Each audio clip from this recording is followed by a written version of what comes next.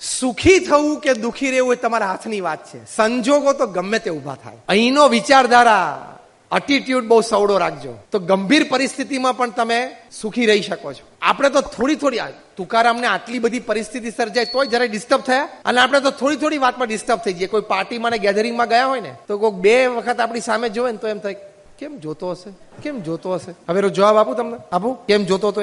આંખ છે ને જોવે તો કે ત્રીજી વખતે જોયું, ત્રીજી વખત તો આમ જોતો તો તું વચ્ચે આવી ગયેલો. પાર્ટીમાંથી પાછા ઘરે જાય ને તો એક ચર્ચા શું હોય તમે જોજો. બધા ગેધરિંગ પછી તમે ઘરે જશો ને 1 કલાક ચર્ચા શું ચાલશે? આણે આવું કર્યું ને આણે આવું નહોતું કરવા જેવું, આણે આવું કરવાનું તો એ ના કર્યું, પેલા આવું પહેર્યું તું ને આવા કપડા આને આ પહેર્યા હતા, પેલાને તો કઈ કોમ્બિનેશન બરોબર હતું જ નહીં, જમવામાં આ ઠીક નહોતું, પેલું ખારું થઈ ગયેલું. Are you full?